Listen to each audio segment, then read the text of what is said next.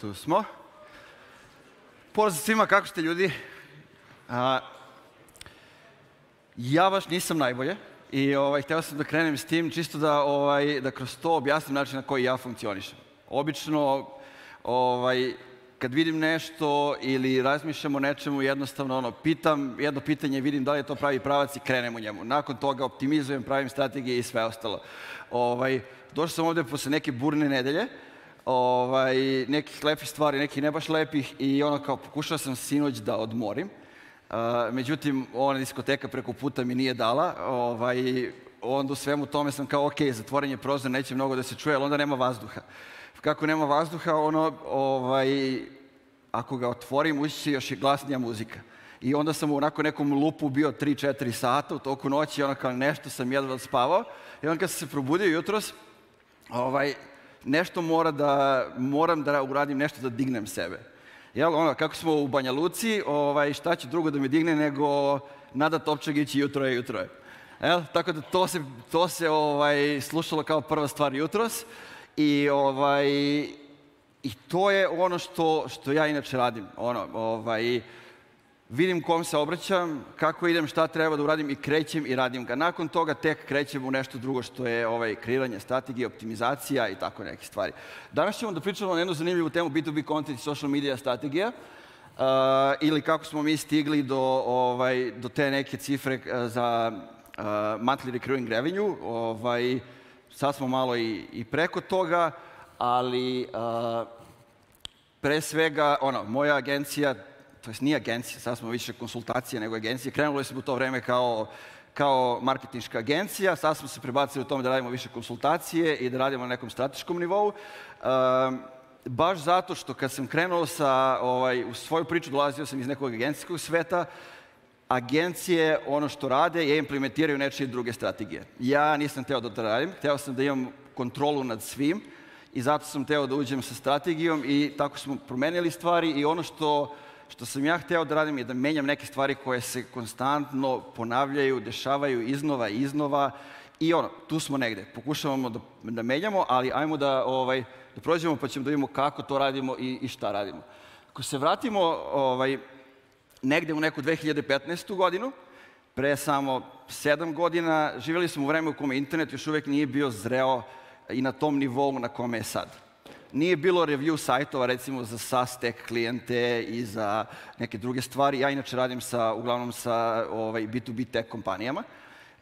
Nije bilo community-a. Danas postoje 4-5 velikih community-a za B2B sales, postoje par community-a za B2B marketing, da li su na Slacku, da li su na Google-u. Drugačiji je skroz scope nekog ambijenta u kome radimo. Takođe, nismo imali načina da brzo stupimo u kontakt sa drugim profesionalcima, sa našim kolegama. Danas je to poruka na LinkedInu, poruka na Facebooku, poruka na Twitteru, svi smo u nekim community-ima i možemo vrlo lako da dođemo do informacija, da saznamo neke stvari i da se pomerimo u pravom pravcu. To 2015. još nije bilo moguće. Danas, bukvalno, ono što radimo svi je provodimo više vremena u engageovanju sa drugima nego što u stvari radimo naš posao. Svi smo više na društvenim mrežama, svi smo na Twitteru, svi smo na LinkedInu. Čak i ako komuniciramo sa ljudima iz kompanije, to se dešava na društvenim mrežama. Ono što premotamo u 2022. godinu se sada promenilo je da B2B kupci više veruju svojim kolegama i ljudima koje poznaju, nego što više veruju Google-u kao što je bilo pre samo recimo 7 godina. Kupci dobijaju informacije koje su im potrebne da izvrše kupovinu od, sad ćemo da vidimo od koga i kako ide taj proces. Dakle, dobijaju od ljudi. Pre svega ne dobijaju od Google-a i ono što pretražuju. Pre nekog vremena to su bili subjektivni blog postovi i dalje su stvari plasirani od strane tech kompanija koje se bave analitikom, od strane tech vendora. Ako pogledate kakve su, ne znam da li ste skoro čitali neke istraživanja koje i dalje rade velike kompanije koje se bave istraživanjima, tu čak ne postoji ni podcast, ni community kao kanal komunikacije i kanal na koji treba B2B kompanije da se fokusiraju. Ne postoji uopšte, još nisu stigli do toga. Tako da, ako gledate ta istraživanje, te neke stvari, ja bih vam rekao da to prestanete da radite i da uopšte ne gledate, jer nema smisla. Ono što se dešava sad je da ako neko razmišlja da kupi da li je neki software, da li je neki alat ili čak da angažuje neku, ne znam, outsourcing kompaniju, oni rade par stvari. Idu u community da se raspitaju, recimo, kod nekih 20 osoba koje poznaju, sa kime komuniciraju svakodnevno.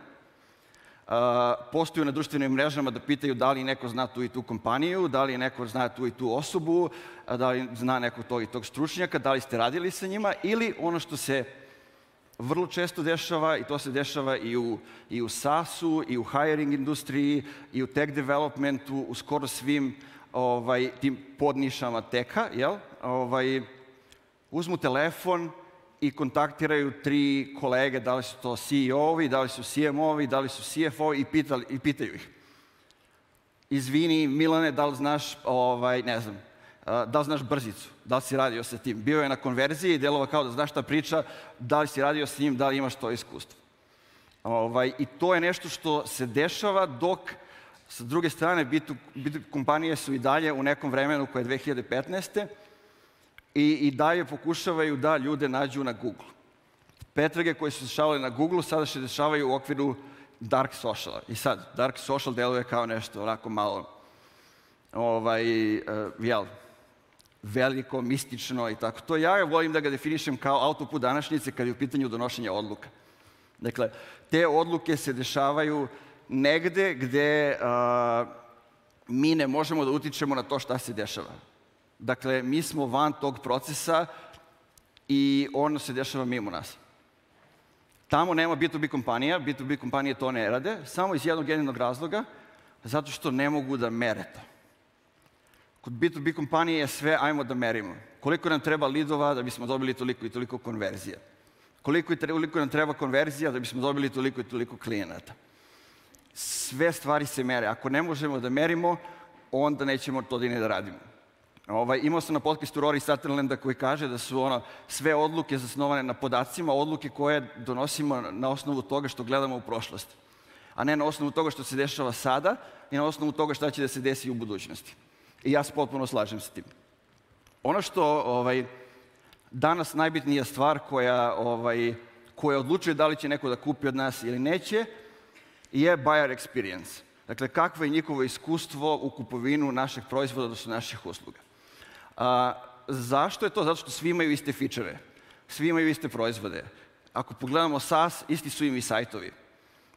Ono što odlučuje kakvo je iskustvo dok mi kupujemo taj proizvod. Da li će neko morati da prođe kroz razgovor sa business developerom, da s njim napravi neki odnos, pa da ga onda business developer prebaci do account executiva, da ovi s njim napravi drugi razgovor, pa da tek onda dođe do toga do kupovine. Da li će morati da prođe kroz, da zakaže poziv, da pogleda demo, pa da onda vidi o čemu se radi, pa da tek onda uđe u konverzaciju. Ili će da dobije free trial, da odmah proba neki alat, da možda dobije neke rezultate danas, pa da onda vidi način na koji može to da kupi i da ide dalje sa tim. Tako da, potpuno je drugačiji način na koji se razmišlja i na koji se radi. Samo sekund. Da. Pre nego što krenemo uopšte u bilo kakvu strategiju i te neke stvari, ono što ja volim da radim, rekao sam vam da testiram, ali da upoznam ljude sa kojima pričam, ka kojima idem, tako da odradim customer research i onda nakon toga nam dolazi strateški narativ. Pre nego što sam usmerio funky marketing u B2B, ja nisam radio u B2B-u. Radio sam u B2C-u sa raznim kompanijama i ono što sam uradio je, kad sam pokrenuo svoju firmu, imao sam neki 9000 pratilaca na LinkedInu. Svima sam poslao poruku, objasnim ko sam ja, šta radim, te neke stvari, samo da stvorim neki odnos, da krenemo neki odnos sa njima. I mislim da sam imao preko 200 poziva onih virtual coffee-a sa raznim ljudima i video sam rupu u B2B-u, video sam da je B2B foggy, mistik, da ljudi i dalje ne shvataju da idu ka kompanijama, gledaju ceo account, a ne gledaju da su to određene pozicije na koje oni treba da idu. Imamo donosioca odluka, imamo oni koji utiču na donošenje odluka, odnosno koji će da koriste možda neki proizvod koji mi prodajemo. I nakon toga tek sam se usmerio u taj deo. Baš sam pričao sa Istokom Pavlovićem i on kaže, nakon 3 sata priče, kao, jeli, deluje kao da znaš šta pričaš, gde si naučio te stvari. Kao, pričao sam s ljudima i radio sam s njima. I to je ono kako u suštini danas dolazimo do toga da znamo nešto. Vrlo je lako, možemo vrlo brzo da dođemo do toga, ali treba da uložimo vreme i da dobijemo feedback sa druge strane.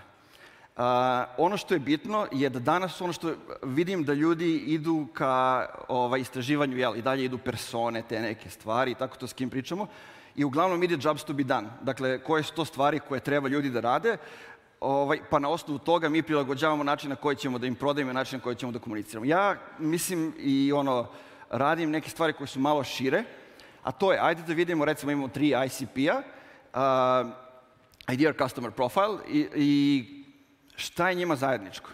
Da li su možda 2 od tih 3, da li vole NBA? Ne znam. Da li vole, ne znam, da voze bajs? Te neke stvari koje su malo van posla.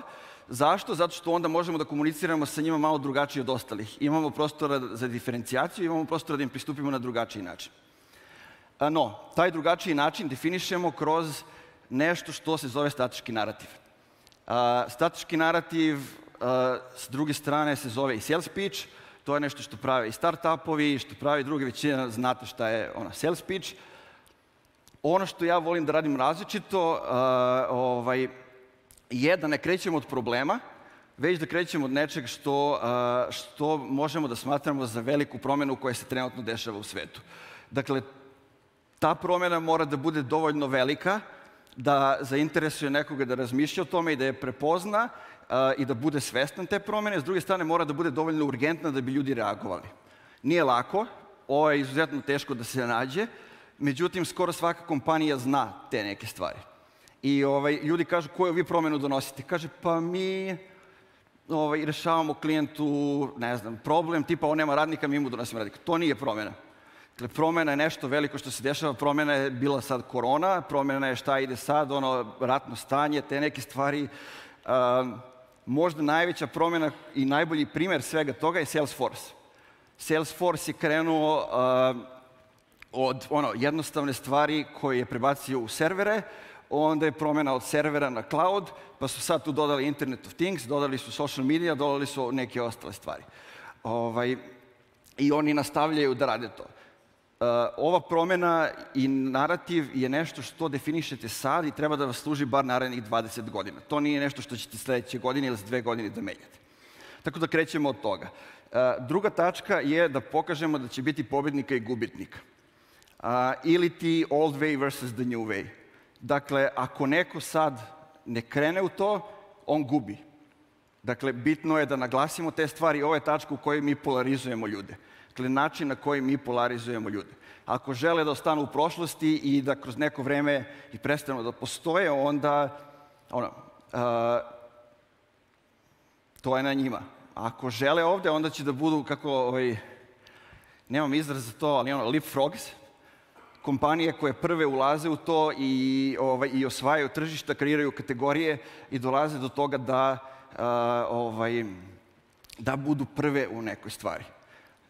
Još jedan dobar primjer od toga je recimo Drift, koji je kreirao onaj conversational marketing i te neke stvari. I treća stavka je It is the promised land. Da i mi pokažemo kako izgleda taj svet, da koga će one stići radići sa nama.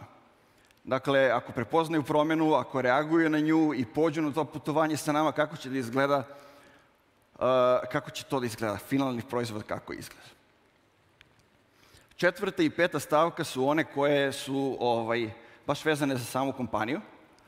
Unutra, i to je, nisam prevodio, zato što mi je bilo preteško neke stvari da skockam, introduce features as a magic gift for overcoming obstacles to the promised land. Dakle, ovo je ono gde krećemo da pričamo već o našim feature-ima, o našem proizvodu, o tim stvarima, dakle, tek u 4. koraku. Da, kod mene stoji 3. Tek u 4. koraku i ovo je deo gde mi predstavljamo nas kao, veoma je slično bajci, tako da predstavljamo nas kao zvončicu koja ima onaj magični štapić i pomaže Pepejuzi. Ili smo mi lightsaber koji pomaže Luku Skywalkeru. Ili smo mi Batmanov Robin. Dakle, to su te neke stvari. Nismo mi glavni igrač u ovoj priči, mi smo onaj koji pomaže glavno da dođe do cilja. I posljednja stavka je ponudimo dokaze da možemo da ih dovedemo u Promised Land. Dakle, koga smo mi već doveli u tu obećanu zemlju? Šta smo radili s njima, kako smo ih doveli, šta se sve tu dešavalo, da li su te kompanije slične možda nekima koji će dalje ući u te stvari. To je deo gde mi dokazujemo case study, testimonijali i sve te stvari. Ono što je bitno je da je ovo naša priča. I ovaj strateški narativ je nešto što treba da koristi sales, nešto što treba da koristimo mi unutar kompanije i nešto što treba da zna svako u našoj kompaniji. I to je naša priča. Priča naše kompanije i naša priča je u stvari način na koji mi prodajemo i na koji doživljavamo sve. Iz toga vadimo i misiju, iz toga vadimo i viziju i sve ostale stvari kompanije. Dakle, tek onda kad imamo ovaj deo, tek onda krećemo na plan i na implementaciju stvari. Sad, kad krećemo u implementaciju, ono što je bitno je da definišemo content pilare. Dakle, većina ljudi pita šta mi da postojimo na društvenim mrežama, kako da komuniciramo, šta da pišemo u člancima, da li da pišemo članke, koji je najbolji pilar, dakle nosilac kontenta da mi prvi uđemo u njega i tako to. Ovo su neka 4 koje sam ja koristio kad smo mi krenuli. Dakle, Funky Marketing Show i B2B Weekly su podcasti, webinari i offline eventi je drugi događaj koji smo koristili i postovi na blogu, odnosno članci, case study, istraživanja ili intervjui. Uvek preporučujem, posebno za B2B tech i za te stvari, da se krene od podcasta. Ukoliko postoji mogućnost, ukoliko imaju osobu za to, često je bolja opcija nego da se krene sa nečim drugim i da se ta osoba iznajmi, da se zaposli ta osoba. To mora da bude subject matter expert koji će znati da priča o određenim temama sa drugim ljudima. Zašto kažem podcast? Postoje par razloga, ali ja ću vam dati jedan, a onda ćemo posle navesti još par. Zato što svaka kompanija ima u startu, obično outbound, obično imaju bar jednu osobu u salesu, ta osoba u salesu ima, ili je CEO taj koji radi sales, kako god, founder, ima 50 do 100 potencijalnih kompanija sa kojima mi da rade. Ne postoji kompanija koja nema to. I kao prirodna odluka im je da idu, da nabave njihove mailove, da idu u outreach, ili da rade advertising, lead generation, da dobiju kontakte, pa da onda idu opet ka njima. Na taj način mi u suštini idemo na to da dovedemo na poziv ljude koji ne žele da pričaju sa nama, da im prodamo nešto što ne žele da kupe. Potpuno nema smisla, jel? Ako se stane i malo se razmisli, logično nema nikakvog smisla, ali jeste tako. Međutim, svako voli da priča o sebi. Svako želi da priča svoje iskustvo i ono što mi možemo da radimo kroz podcast je da dovedemo ljude, da im kažemo, da pričaju sa nama jedan na jedan. Imamo s njima 15 minuta pre poziva, imamo 15 minuta posle poziva, možemo da ih pitamo koje probleme imaju u kompaniji, možemo da ih pitamo kako se donose odluke, možemo da ih pitamo gde idu kada traže dodatne alate, možemo da ih pitamo da li trenutno imaju vendora možda koji je već tu, ili možemo da ih pitamo koliko osoba su uključene u neki proces. Dakle, bukvalno iz jedne epizode podcasta, recimo sat vremena, mi dobijamo informacije koje targetiraju sve pozicije u buyer's journeyu, svaki korak. Tako da, iz tog ugla je podcast izuzetno dobar content pillar. Željko Crnjaković je baš rekao, svi su pomenuli video, pa evo ja pomenjem video. B2B Funky Marketing Show je podcast gde ja intervjušem ljudi iz sveta marketinga, iz sveta B2B-a, iz sveta teka, iz sveta biznisa. B2B Weekly je podcast koji smo startovali ja i kolega Marti Sančeš iz Španije, gde smo bukvalno delili svoje iskustva svake nedelje kako smo krenuli da razvijamo naše firme. Webinari i offline eventi, webinari su bili dešavaju radim ih s vremena na vreme, ali samo iz cilja da obradim konkretno jednu temu, da kreiram prezentaciju i sve te stvari. Dakle, malo drugačije od podcasta. Offline eventi su nešto smo pravili u Novom Sadu dok nije krenula korona, dok smo mogli, čisto zato da imamo osjećaj i offline community-a lokalnog u gradu.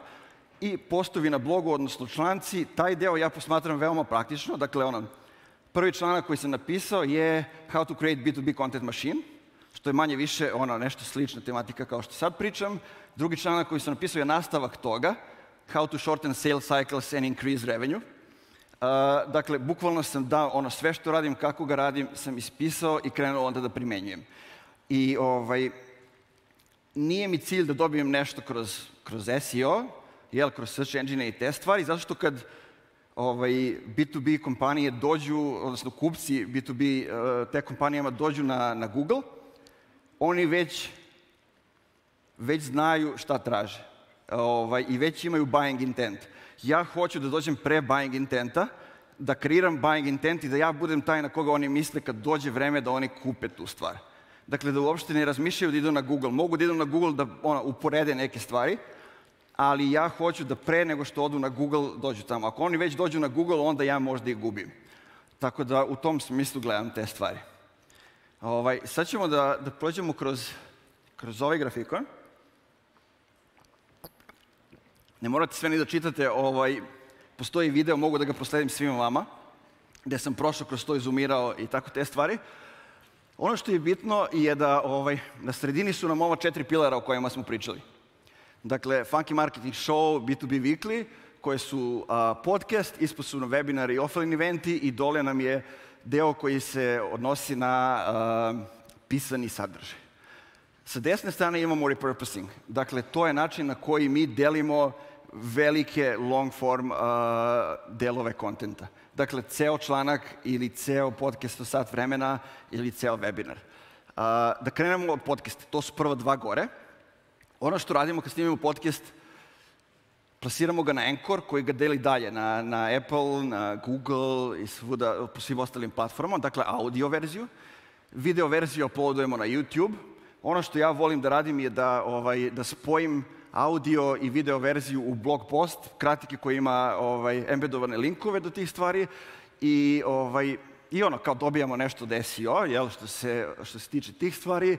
Čuli ste već od Daškovića šta treba da radite kad je u pitanju YouTube da optimizujete te stvari. Ja sam ga zvao da i meni pomogne jer nisam obraćao pažnju na YouTube SEO do skora. I radi, mogu da vam kažem. Nakon toga možemo da plasiramo ovo kao blog i plasiramo ga da li je kroz e-mail i newsletter, da li je na LinkedIn page, da li je na lične LinkedIn profile, da li je kroz Facebook grupe ili je na Twitter. Nakon toga, šta nam je cilj svega toga je da oni kliknu na link, da dođu na sajt, da dođu na Contact Us page i da konvertuju. To nam je cilj, ali da dođu tek kad imaju dovoljno informacija. Nije cilj da teramo nekog ko nije spreman da radi sa nama da dođe, već kad oni konzumiraju kontent, imaju dovoljno informacije, dovoljno su edukovani, ukapiraju da smo mi ti što im trebamo, oni dođu i konvertuju. Ispod ova poslednja je šta radimo sa člancima. Dakle, imamo napisan članak koji objavljamo na sajtu. Taj članak isto distribuiramo kroz newsletter, distribuiramo ga na LinkedInu kao deo članka, plasiramo na LinkedInu kao LinkedIn članak. Imamo Twitter, imamo Facebook grupe, imamo opciju da ga plasiramo i kroz ads, da ga ljudi konzumiraju. Imamo Medium. Ja volim da bukvalno članak koji imam na sajtu izbacim i na Medium, nije duplicate content i ne znam gde je Nedim, ali dali su mi dobre insights-e on i Maja Jovančević da ako neko izbaci tekst sa istim naslovom na Mediumu, kao što je naslov na mom sajtu, možda taj Medium se rangira i bolje nego moj članak, pa tako onda ja kažem ajmo da imamo oba. U tom smislu, isti nam je proces dalje. Ono što je zanimljivije je distribucija tog kontenta. Dakle, imamo pilare i ne moramo da razmišljamo šta ćemo da postavimo na društvenim mrežama. Dakle, ti pilari su nam izvor kontenta. Ono što radimo sa jednom epizodom podcasta, razbijemo je u 3 do 5 kraćih epizoda. Neke su do minuta, neke su do 10 minuta, neke su različita družina, tako da možemo da pokrijemo različite platforme, različite društvene mreže, čak i na YouTube-u nam trebaju sad shorts. Jer u tom smislu neke su različite dimenzije. Recimo kad imamo podcast, ja volim da stavim gosta iznad, mene dole i da tako ide recimo na TikTok. Način distribucije je sličan, na društvene mreže cilj nam je da kad su spremni opet dođu na sajt i konvertuju. Ispričat ću vam onda i šta nam je na sajtu i zašto želim da tako rade te stvari. Sa člancima radimo nešto malo drugačije. Mislim, u suštini je slično, ali drugačije u smislu zato što njih razbijemo na postove. Dakle, mi već imamo postojeći članak i većina B2B kompanija s kojim krećem da radim imaju već otprilike imaju članke na sajtu koji su pročitali tipa 14 ljudi, njihovi zaposleni i rodbina, i oni su ih zaboravili. Pisali su ih za SEO. Ali sa SEO oni ne privlače, nisu pisani da privuku ljude koji su im, oni koji žele da privuku.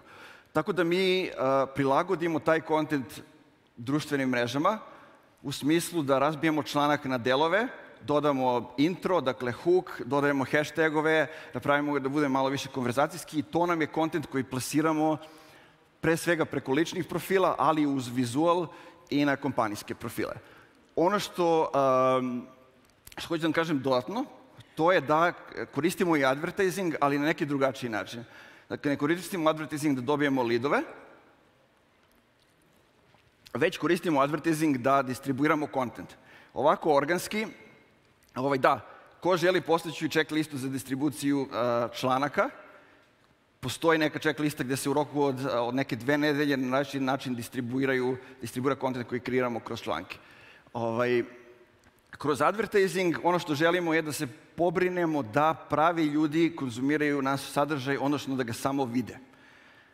Što znači da ništa ne tražimo od njih, nego hoćemo samo da budemo prisutni u feedu.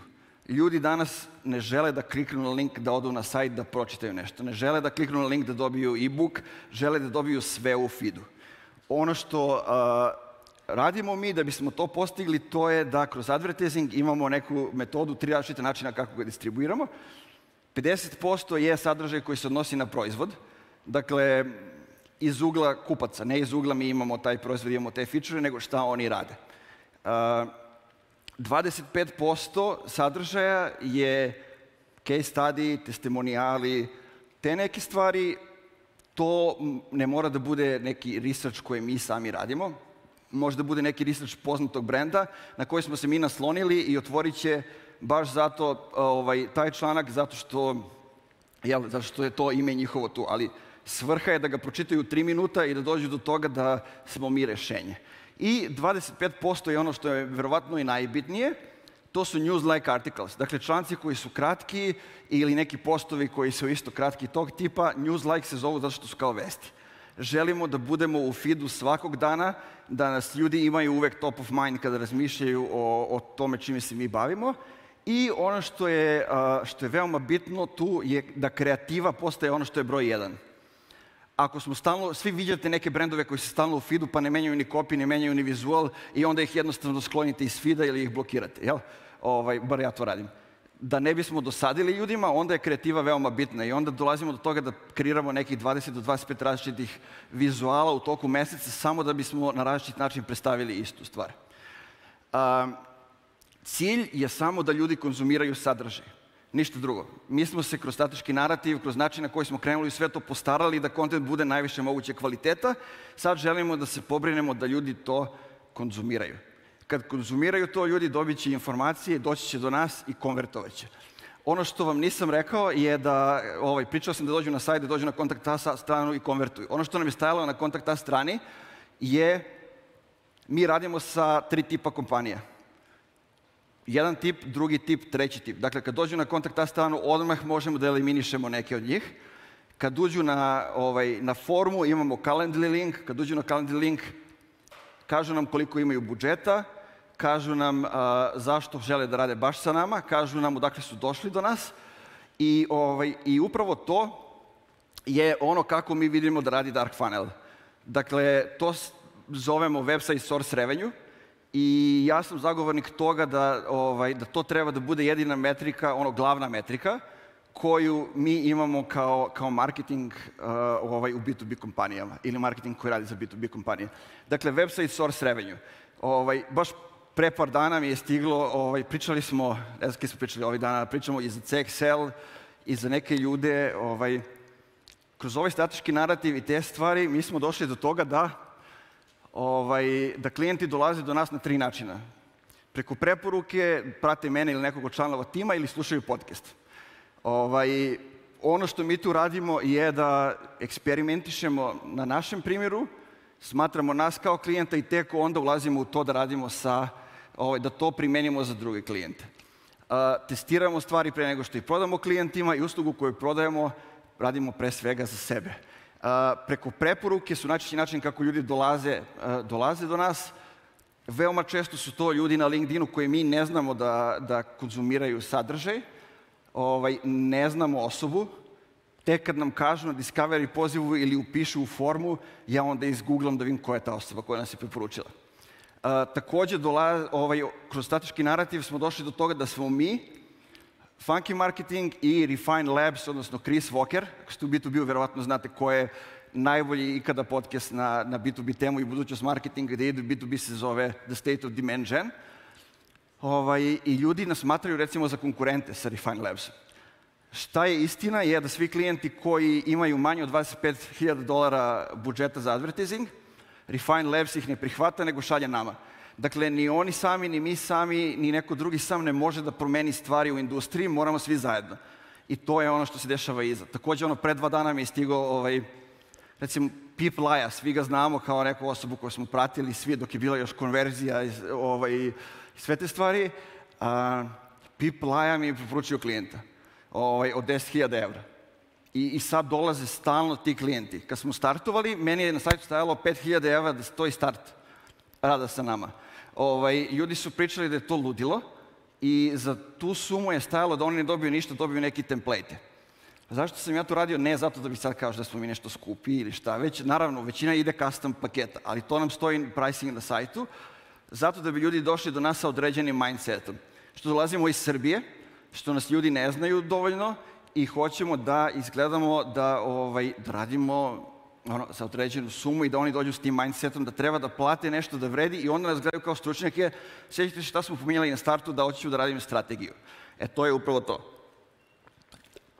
Sad imamo neke pakete 3-5 hiljada €, ali kako ide ova kriza i tako to, ćemo opet da menjamo. Uglavnom, to je nešto promenjivo.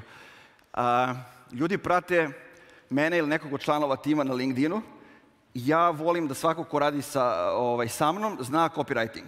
Ako ne zna, naučit ćemo ga i da je aktivan na društvenim mrežama, pre svega na LinkedInu. Niko neće da krenu da postoji zato što im ja kažem da krenu da postoju ili bilo ko drugi, već oni to sami treba da skontaju i ja volim da dovodim ljude koji već ukapiraju to. Pokušao sam nekad da radim da ja sam učim ljude, i da oni krenu da to ne funkcioniše. Tako da sam naučio lekciju. Došli smo do toga da ljudi pišu kad dođe neko novi u tim, da ljudi koje ja znam i koje su jedni od uticajnih ljudi u industriji pišu novim članovim tima da kažu da im čestitaju što su postali deo Funky Marketinga.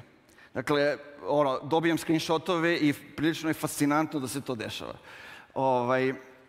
Delimo učenja, delimo rezultate, koristimo LinkedIn kao alat za podizanje postojećih klijenata na viši nivo, oglašavanje naših usluga i povećanje lifetime value svakog klijenta.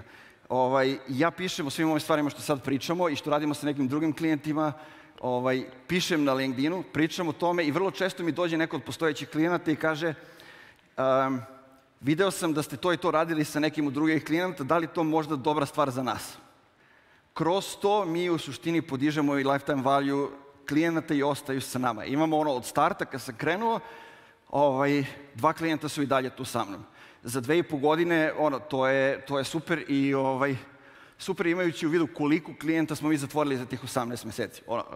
Vidit ćete. Uglavnom, ljudi slušaju podcast i onda dođu takođe do nas. Dakle, podcast je prilika da naširoko, na dugačko ispričate stvari koje ne možete u postu, koje ne možete u nekom, na drugi način. Šta je bitno je tu da izgradimo autoritet. B2B Weekly mi je super poslužio kao alat da kad dođe neko novi u kompaniju, Ja kažem, poslušaj ovih 36, ja mislim, epizoda, gde sam ja pričao kako sam razmišljao u startu, kad sam osnovao kompaniju i kako sam razmišljao na kraju zadnjoj epizodi.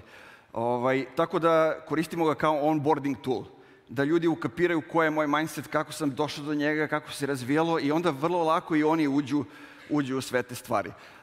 Koristimo ih kao alate za edukaciju klijenta, izgradnju zajednice i svi pristaju da dođu na podcast. Imao sam otprilike 2 osobe koje su me možda odbile, ali mislim da neće zadugo.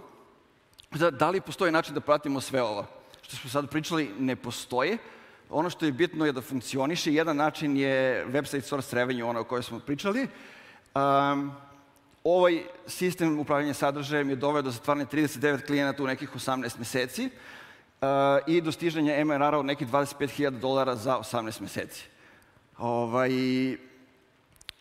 Prilično zanimljivo i prilično neki brz i ludački rast koji sam ja morao da presečem jednom drugo zašto sam hteo da ne idemo u klasičnu agenciju, nego da idemo u consulting i te stvari, ali hoću da vam kažem da šta je bitno je da ja delim svoj put.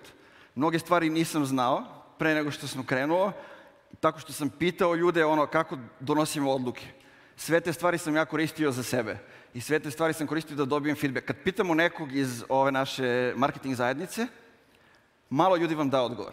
Da vam par ljudi, ali pitanje je da li imaju iskustvo koje vama treba, da li su prošli kroz to, daju neki odgovor koji možda oni znaju, ali onda svi imaju komentare kad vi uradite šta uradite i idete dalje. Tako da ja sam morao da pitam koje sam odgovore dobio, izabrao najbolje i krenuo od toga. Tako da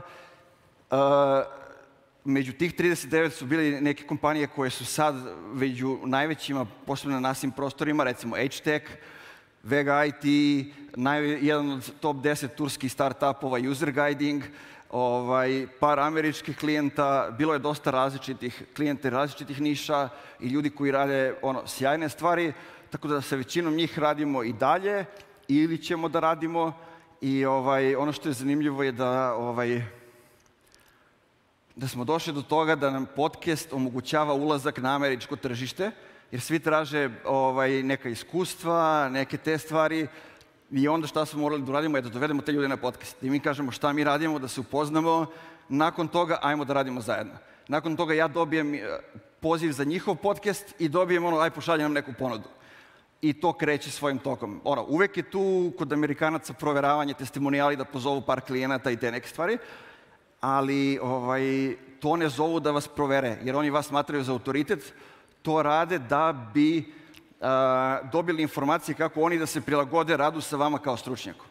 I to mi je jedno od najvećih otkrića koje sam imao u prethodnih mesec i po dana i fascinantno mi. Onda sam krenuo da snimam testimonijale ljudi sa kojima sam radio, ih ne cimamo stalno jer nema razloga kad je to razlog zašto nam traže. Tako da, eto, to je to od mene i tu je Mina, red je možda na pitanje. Ako imam.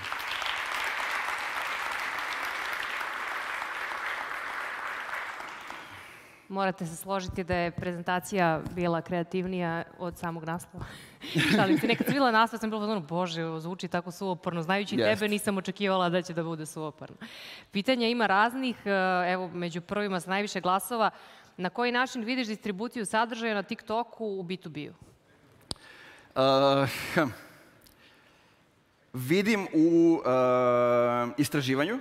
Pre svega, mislim da malo ko radi advertising na TikToku, ne znam, znam da je radio Ognjen iz CXL-a i da je pitao bukvalno da li radite B2B marketing. I 80% ljudi koji odgovore je reklo da, tako da B2B marketari su tamo. S druge strane, distribucija podcasta je nešto što ja radim, jer trenutno ne vidim sebe kao neko ko bi snimao TikTokove i rekao kao recimo pojedini koji razvaljuju bum, bum, bum, idemo, igramo i tako neke stvari. Nisam ta osoba, možda postanem, koga zna, ali vidim da B2B kompanije treba da angažuju nekog ko je mlad, ko radi te stvari native i da ih puste da rade svoj posao. Da li je u pitanju community manager na stranici ili TikTok, ja to tako vidim. I samo da vas podsjetim, pre nego što nastavimo sa pitanjima, glasajte. Da, jedna stvar samo koju sam zaboravio, to je employer branding, recruiting, da prikažemo kako je stvarno stane u kompaniji. TikTok je super za te stvari. U kojim slučajevima odbijaš klijente i poslove? Pita Sonja Martić. Da, ono što sam rekao, zakažu na sajtu i onda vidim koliki im je budžet. Prvo to, šta žele za taj budžet, ako kažu da li je to realno ili nije. S druge strane, da li znaju oni ko su. Ja ne volim da uđem u to da sad kompanijama, zašto vi postojite i te neke stvari. Ok, radimo narativ, ali one moraju da dođu sa neophodnim informacijama o tome kome idu, šta žele da urade i te neke stvari. Dakle, postoji milion kompanija koje nemaju to. Bilo je jedna super stvar, do kada ćete da pričate o nekim osnovnim stvarima kad je u pitanju marketing, dotle dok pređemo situaciju u kojoj je trenutno 90% klijenta s kojima imamo Discovery poziv nemaju osnove svoje kompanije postavljene. Pitanje se odnosi na LinkedIn iz Makedonije, Darko Buldioski. Jeste li koristili LinkedIn newsletter opciju? Ako da, kako vam iskustvo iz aspekta efekta na B2B? Da, ja ne volim da radim nešto što rade svi ljudi. Svi ste dobili notifikacije sa LinkedIn newsletter i te stvari, svako može da pokrene newsletter. Ono što ne valja kod njega je da ne vidite ko su ti ljudi koji vam čitaju newsletter. Možete da imate, ne znam, Richard Wadenblum je baš mi rekao kod mene na podcastu da ima, ne znam, 40 i nešto hiljada ljudi koji mu čitaju newsletter, on ne može da vidi koji su ti ljudi. S druge strane, može da bude dobro ako kreirate stalno kontent na LinkedInu i to može da bude nešto što će da vam zaokruži kontent koji plasirate tamo. Ako je community bitan, koliko je korisno biti aktivan na Redditu u okviru B2B sfere? Na Redditu, pa korisno je biti aktivan da vidite šta drugi ljudi rade, kako pričaju, te neke stvari, ne znam. Nama je dosta pomoglo, recimo, su pričali sa H-Techom i oni su htjeli da dovode nove ljude i te neke stvari. Na LinkedInu ne idu zato što ih ljudi cimaju za posao i to. Ono gde idu je neki mali community, da li je Reddit, da li je negde drugde gde se igraju boarding games. Recimo, i oni igraju boarding games i ne žele da dovode u tim nekog drugog ko ne voli boarding games jer će on smoriti. Recimo, i onda idu da rade istraživanja, te neke stvari. Reddit je super za istraživanje. Biljana Milanović kaže, postoji li community alternativa kao što je G2 za B2B, SaaS, to je software as a service, koji je skalirao kao white label service provider? Evo ti, da, komplikovano mi izgovorim. B2B koji je skalirao kao white label service provider. Sad, ne znam. Morao bi da istražim i vidim šta tako je, ali G2, Captera i te stvari su sajtovi koji se bave određenom stvari i nisam baš siguran da su skalirali kao community. Tako da, ajmo to neka bude tema da sednemo da popričamo narednih dana. Stiglo je sad jedno novo, dobro, ovo je, šta je od tehnikalija potrebno za pokretanje podcasta? Za pokretanje podcasta, laptop, dobar net, ako streamujete snimanje, onda Restream ili neki od drugih tumulova, zato što ne možete direktno na LinkedIn i možete preko njega na više platformi. Ja radim i live stream i izbacujem onda podcaste.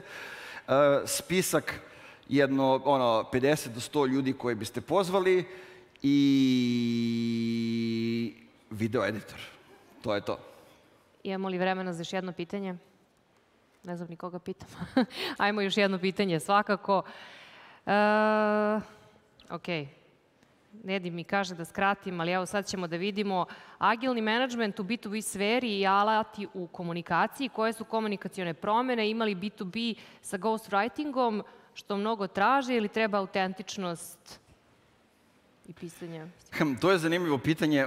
Ne znam ko je pitao, ali ono što mene vodi odgovor na te stvari, da, sećamo pa ćemo da popričam. Ono što ja vidim kao nešto što se stalno sad javlja, to je AI, toolovi za pisanje i za te stvari. Mislim da su sjajna stvar i mislim da olakšavaju posao. Mi smo uz korišćenje AI toola 2 pisca, jednog video editora i nekoga ko vodi ceo proces došli do toga da pišemo 50 članaka od 5.000 reči za mesec dana, recimo, koji su vrhunski članci i eto, recimo. Želim da se zahvalimo. Jedan veliki aplauz za Nemanju. Hvala. Vreme nas je skratilo. Želim da iskoristim priliku dok smo svi na okupu i molim vas za malo pažnje. Prošli put je bila buka pa niste svi ni čuli. Imamo jednu nagradnu igru kompanije Pioneer u vašim kesama. Kao što znate, dobili ste jedan QR kod koji možete da skenirate i samim tim odlazite na stranicu gde ćete videti koja su pravila. Jednostavna su. Od vas se očekuje da na trenutak razmislite i date kreativan predlog za jedan slogan, a možete da osvojite vikend u Mokrin House-u. Ko nije bio, toplo preporučujem. Sjajan jedan coworking, team building space u prirodi. Toliko od ovog predavanja. Za koji minut? Za jedno 4 minuta.